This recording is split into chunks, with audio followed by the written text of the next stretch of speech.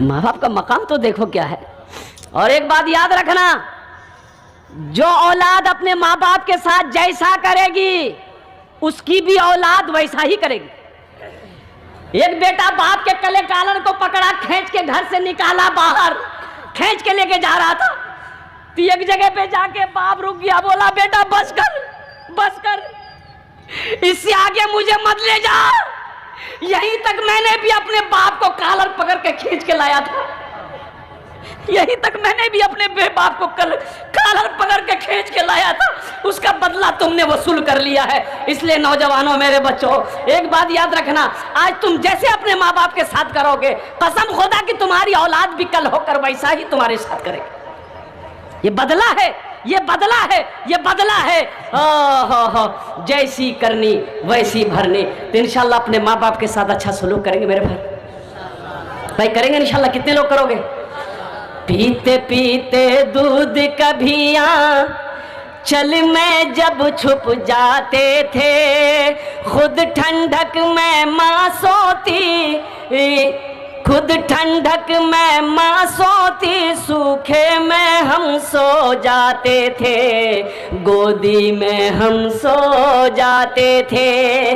माँ बोली मन भावन मेरा बेटा रूप समान है, जो माँ की ममता ना समझे वो कितना नादान है, वो कितना नादान है जिनके सर पे माँ की ममता, जग में बड़ा इंसान है, जग में बड़ा इंसान है।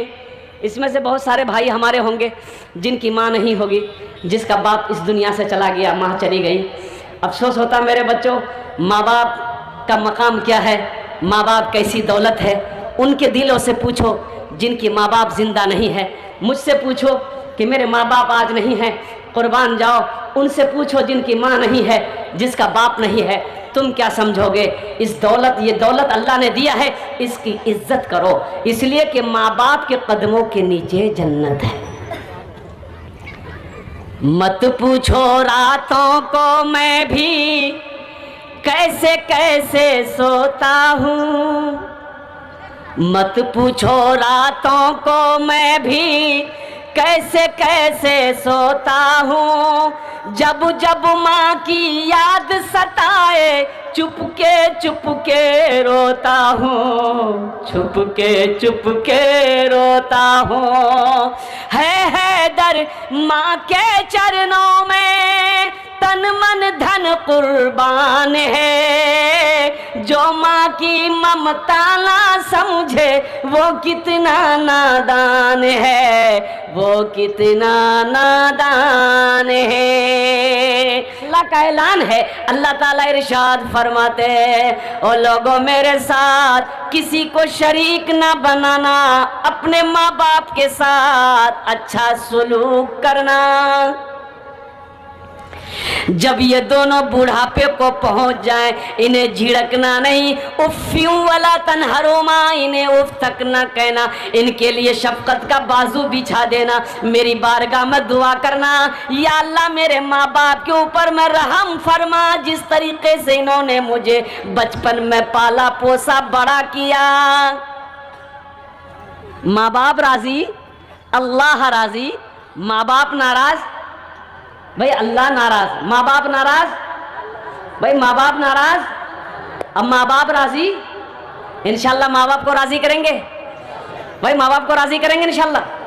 और नौजवानों, तेरी नमाज कबूल नहीं, तेरा रोज़ा कबूल नहीं, तेरे सदका कबूल नहीं, तेरा हज कबूल नहीं, जब तक रूठे हुए माँ बाप को मना ना लोगे। हज कबूल नहीं, नमाज कबूल नहीं, कुरान की तिलावत कबूल नहीं, ज़कात कबूल नहीं, सदका कबूल नहीं, जब तक रूठे माँ बाप को मना नहीं लोगे। ये हम नहीं कहते, अल्लाह के रसूल सल्लल्लाहु अलैहि वसल्लम, एक सहाबी हैं जिनका नाम है अलकुमा। की नाम से बोलो, बोलो भाई बोलो। आखिरी वक्त है, भाई कलमा पढ़ना चाहते हैं, जबान पे कलमा नहीं आ रहा। हमारी क्या हैसियत है, आपकी क्या हैसियत है? ये वो सहाबी हैं जिन्होंने 5 वक्त नमाज इमामुल अंबिया के पीछे पढ़ी है।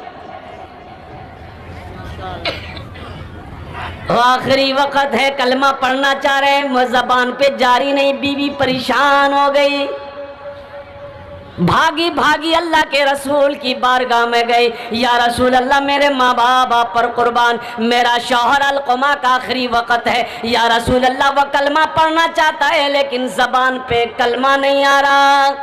तो अल्लाह के रसूल सल्लल्लाहु अलैहि वसल्लम घर पे तशरीफ़ लाए तो आपने पूछा, सवाल किया कि भाई अलक़मा की माँ है?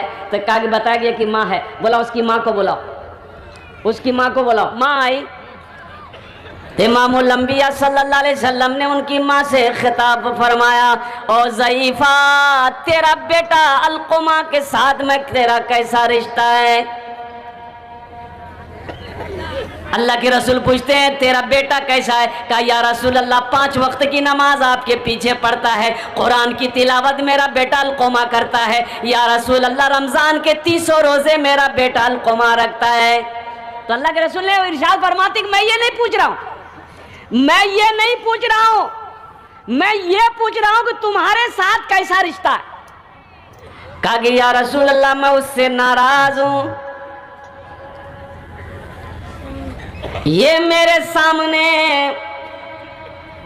मुझसे ज्यादा अपनी बीवी को तरजीह देता है, मेरा कहना नहीं मानता, मेरी बातों को नहीं मानता, मेरी इज्जत नहीं करता, मैं उससे नाराज हूं। तो अल्लाह के रसूल सल्लल्लाहु अलैहि वसल्लम इरशाद फरमाते हैं, ए ज़ईफ़ा, ये तेरा बेटा का आखिरी वक़्त है, इसकी गलतियों को माफ़ कर दे, ताकि अल्लाह इनकी गलतियों को माफ़ कर देगा, माफ़ कर दे। तो बुढ़िया कहती, या रसूल अल्लाह, मैं माफ़ नहीं करूँगी, मैं माफ़ नहीं करूँगी।